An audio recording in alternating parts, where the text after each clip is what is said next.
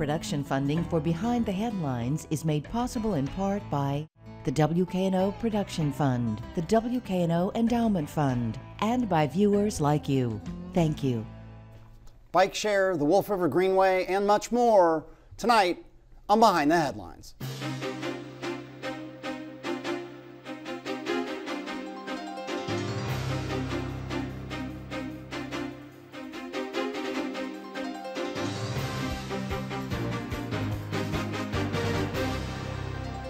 I'm Eric Barnes, publisher of the Memphis Daily News. Thanks for joining us. I'm joined tonight by Nick Euler, who's program coordinator for bicycle and pedestrian access for the city of Memphis. Thanks for being here. Pleasure. Trey Moore is executive director for Explore Bike Share. Thank you for being here. Sure. Keith Cole is executive director of the Wolf River Conservancy. Thanks for being here. Thank you. And Bill Dries is senior reporter with the Memphis Daily News.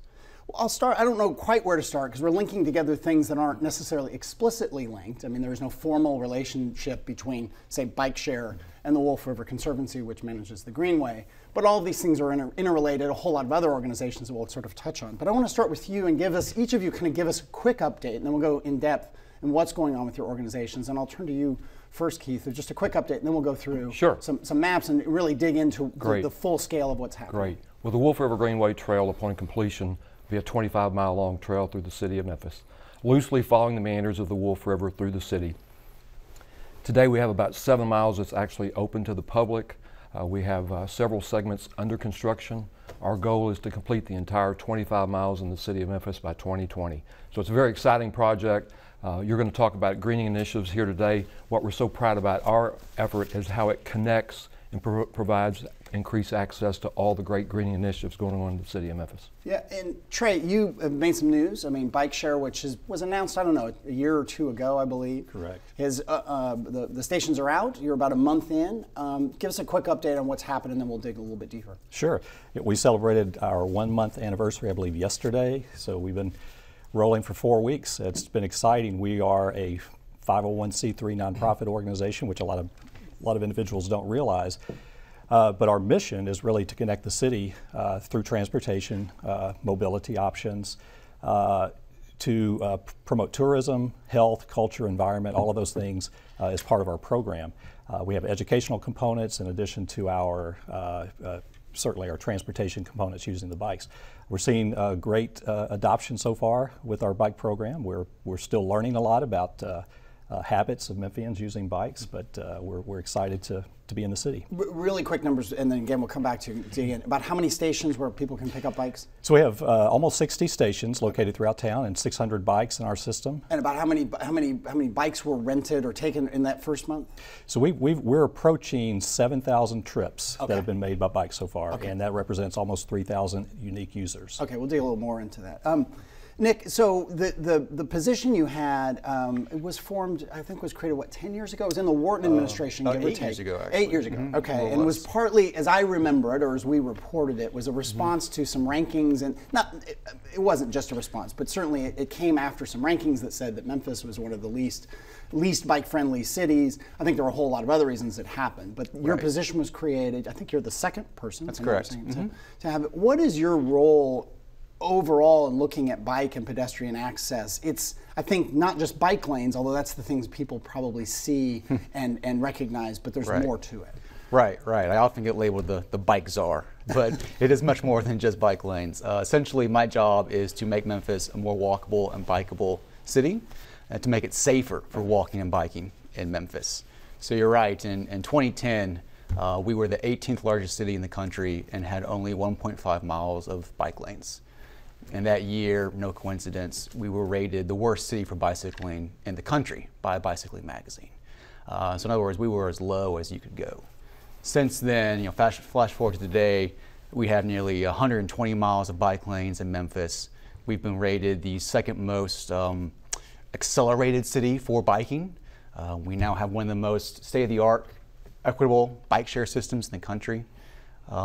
So we're moving more and more towards being a safer and a better city for walking and biking, but still have a lot of work ahead of us. Okay, and we'll dig in some more of that, but let me go to Bill Dries. Nick, let's talk about the evolution, because this is kind of still moving. We don't seem to yet be at the point where here's a set system of this. You're adapting to how people are using bike lanes and how they're getting around in general, correct? Sure, it's a gradual process, adding facilities over time. Memphis today is a very car-centric city, like most major American cities. We followed a pattern of growth, a pattern of development after World War II that designed Memphis around the car. So basically, it took us about 70 years to get to the state we're in today.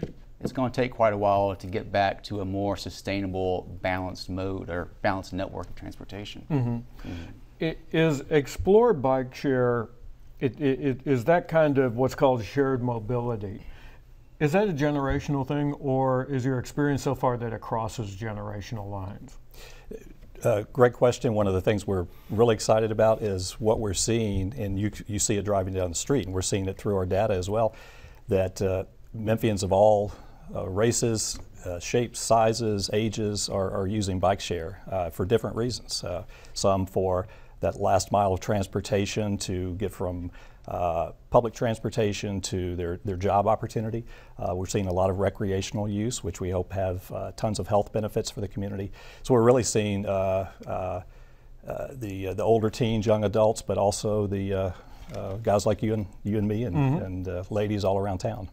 All right, and Keith, you talked about 7 miles that you've got. You have more coming in, including the Epping Way and Kennedy Park sections. Talk a little bit about where those are. Epping Way, which is in Raleigh, is open now. We'll do a grand opening in the fall. Kennedy Park is about 90% complete. We expect to do a grand opening in the fall. I would share with your audience, if you go to wolfriver.org, construction progress, we have maps on all the different segments that are being built out. I think your viewers are looking at a map now.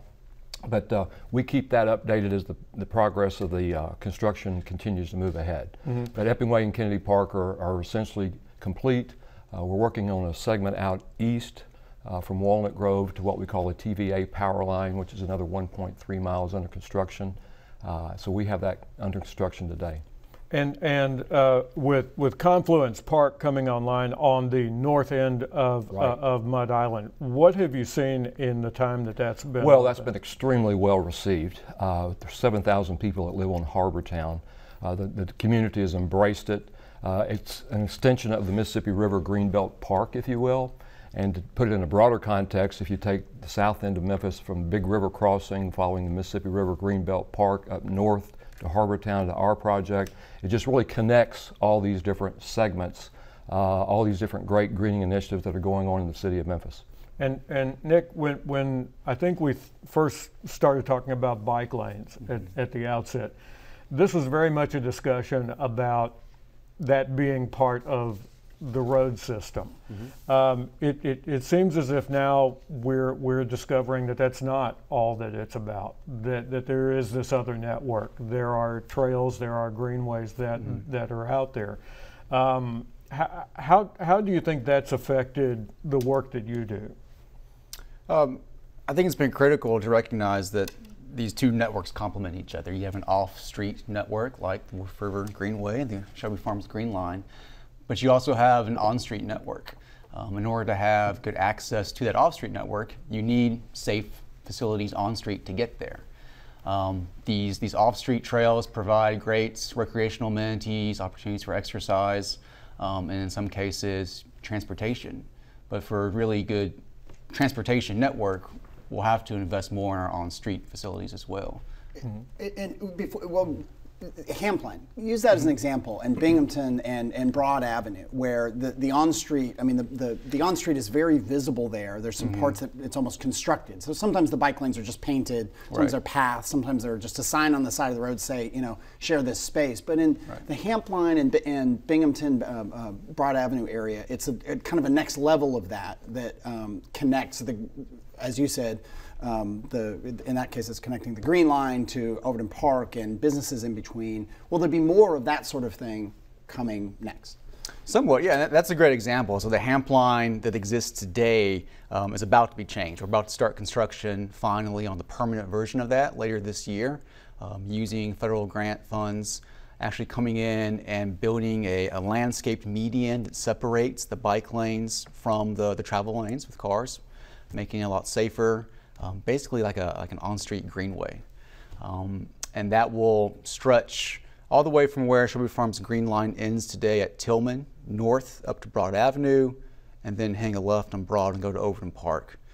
So this is a great example of an on-street facility filling in a gap in this off-street network connecting the Green Line to Overton Park. It's also a great example of an on-street facility that has the potential to just to help residents in the area. So it's you know, the Hamp Line is going through Binghamton, which is a rather impoverished neighborhood, low income.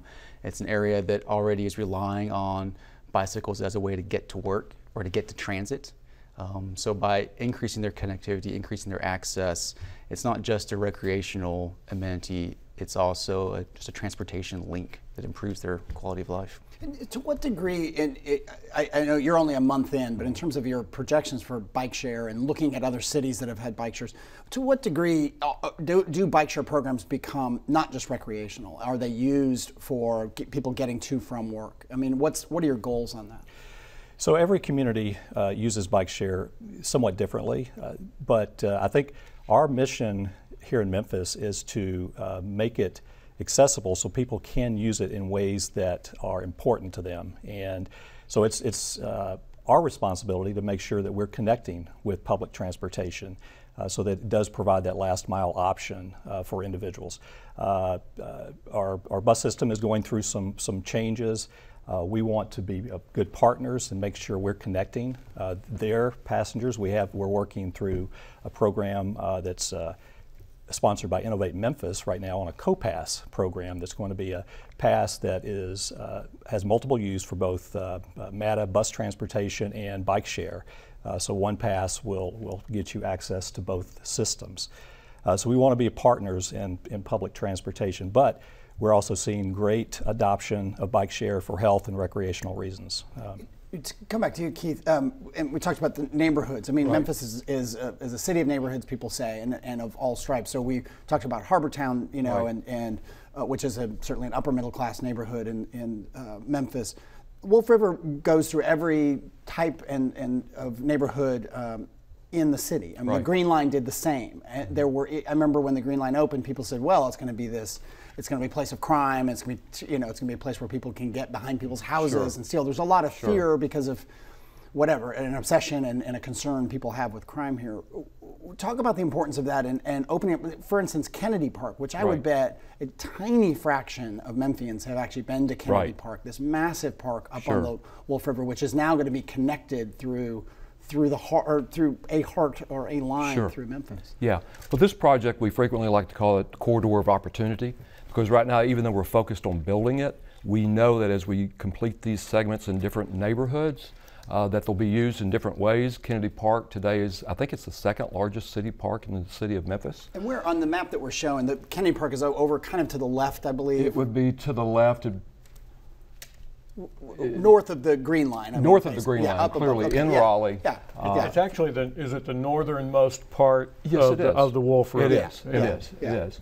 And that segment there, it's a beautiful segment. It will, we hope, help re-energize the city park and provide more access. I do want to remind your audience that the City of Memphis Parks and Neighborhoods Division is also a partner on this project along with Shelby County. And so we're partners all together on it. So as we go in the different communities, we'll be leveraging the resources of the city, their neighborhood centers, so forth and so on, to ensure that we're utilizing and providing access to the projects in the different neighborhoods that we're going to be in. Yeah, well, before we go to Bill, let's take a look real quick. There's a map that shows really every park in Memphis. Yes. And so you see over on the right there, Shelby Farms Park, the very big park. Down to the left is MLK Riverside and so on. The Square Park somewhere in the middle-ish right there is, I believe, Overton Park. And it gives the sense of all these great parks, but, they're spread out all over, right. as Nick was alluding to. I mean, we're a big city that was very car-driven, that has grown a lot. Some would say too much for its population. These sorts of things, I assume, part of the goal here is to link all those different parks. Right. Yeah. If you look at that map, it looks like We have 160 plus parks pretty well distributed through the city. However, some recent information shows that per capita access to parks is quite low compared to other major cities. So I think the work that we're all doing, Explore Bike Share and Nick and his team and our project and the Big River project, is all helping improve the connectivity and access to all the greening initiatives we already have in our city. And some of this came through, we'll actually put one more map up, which is it's a little bit going to be a little hard to look at, but it gives you a sense of those connections, which is the green print map. And a lot of what all of you do came out of this initiative some years ago to develop a green print. Right. And what is it, 2050 or 2040, a long-term plan for where corridors of green access, be it bike lanes, greenways, et cetera, would go, including, you see the green is all, I believe, Shelby County, but, right. Out into Fayette County to the right, down into DeSoto. And that map is, not necessarily been followed 100%, but has been, I assume, kind of a guidepost for what you've done in bike share and, bike and ped access and the Wolf River Greenway. Right. We'll go to Bill. Nick, sometimes things don't work out, and that's been the case with Peabody Place. So let's talk about what happened there, because you had some bike lanes there. You had some parking that was in a different place than perhaps we're used to downtown. Sure. And you had an area that had tables and chairs there by the curb, and that was for a year's time with the understanding that you would see what happened there. And the city's decided not to go with that, but has decided that Linden, now known as Martin Luther King Jr. Avenue, will be more of a corridor. So what happened on Peabody Place, and what's going to be the resulting transition on MLK? Right. So you're right. From the get-go, it was intended to be a 12-month test, essentially, of how this could work. It was also intended really to be a statement to show Memphians what the potential of our streets are if we design them to be more people-friendly, people-focused, slowing down traffic and giving more room to people and not cars. So in one way, it was meant to kind of start a conversation. And I think in that end, it was very successful. I mean, the fact that we're talking about it now, that's show Memphians possibilities. From a safety standpoint, we also know that it was successful. It slowed down traffic. It decreased the number of crashes from over previous years. The first 6-month period of the test was the first time in 4 years where no one was injured or killed as a result of a traffic crash on that street, on that segment. Also, though, it had some issues that we observed with access to a parking garage on that street. So based off of that data, we can make some tweaks to it, again, knowing it was a temporary test, a display. And then moving those bike lanes to Martin Luther King Avenue, just a couple blocks to the south, which actually is going to be a more direct corridor between downtown and Midtown. So we'll be starting work on that corridor hopefully later this year, as a matter of fact. And on Peabody Place, which for those who may not have been downtown recently, Peabody Place is a street that is at the southern end of the Main Street Mall. You're going to keep features like the bump out into the road for pedestrians, so that it's not as much of a crossing there. Not as much of a crossing, but also to slow down cars. That's another key effect of those bump outs, slowing down cars going through the intersection, or even as they're making a turn, force them to make a tighter turn, which forces them to slow down. So that's key for safety. But we also have some grant funds from the federal government already lined up. We were successfully applied for them to come back and build permanent bump outs and maybe even widen the sidewalks along that segment as well, so we can get back a little bit of that kind of promenade. And it's interesting, I'm going to interrupt Bill for a second, because that slowing down traffic for some people listening and some people who read about these stories, that is maddening. Sure. So you're saying you're celebrating a very good thing. So I know there are people listening who are like, why does he want to do that? And it's been mixed. The response to that. If you talk to the people on Broad Avenue, the businesses on Broad Avenue, they've said it's a part of what's transformed and created that arts district, slowing down the traffic. People, we have an you can make the same argument for Overton Square. For Overton Square, slowing down traffic, people friendly. Other places, it hasn't worked so much. So is it your goal? Let me ask the question this way: is it your goal to slow down traffic on every street in Memphis? My goal is to make Memphis a more livable city and a safer city for all modes of transportation, no matter how you choose to get around, whether it's on foot, on a bike, in a car, using public transit.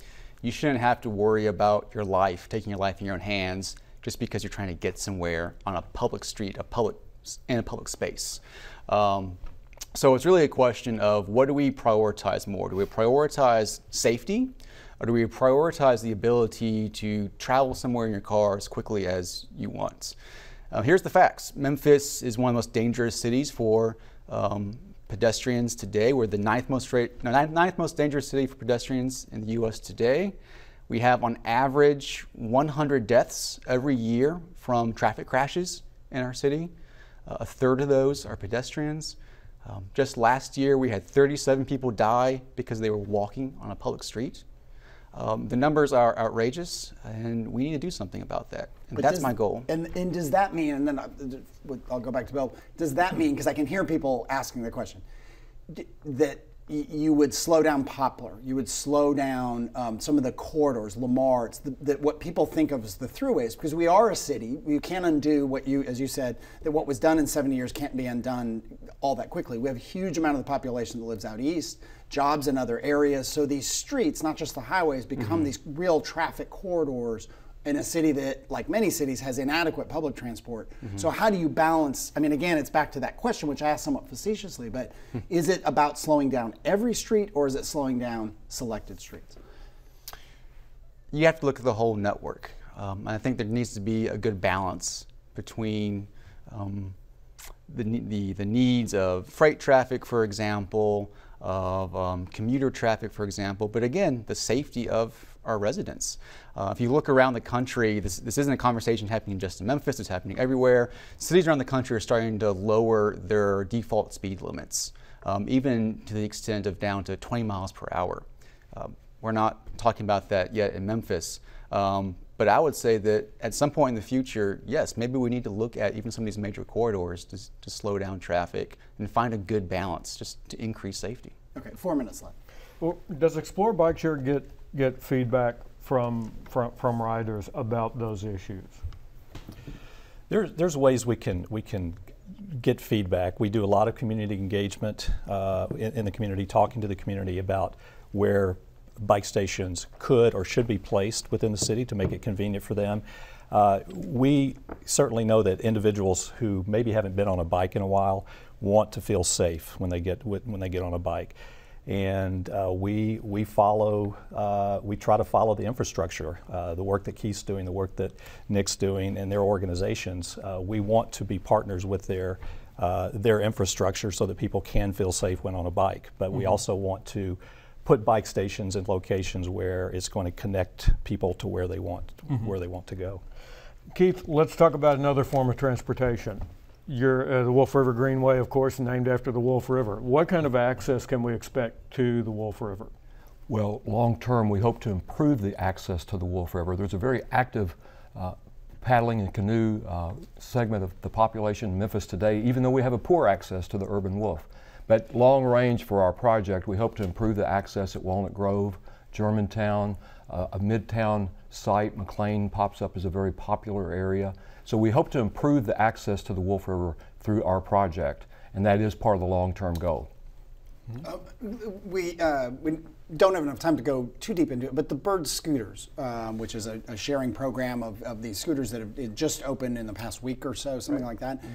How does that fit into what you're talking about? They're pretty fast. I mean, they're people riding them all over, and I have not been on one. It looks like a lot of fun. I've had a lot of friends who've been on them, and it's very fun. Is that in sync with the goals you have, or is that a little counter to them?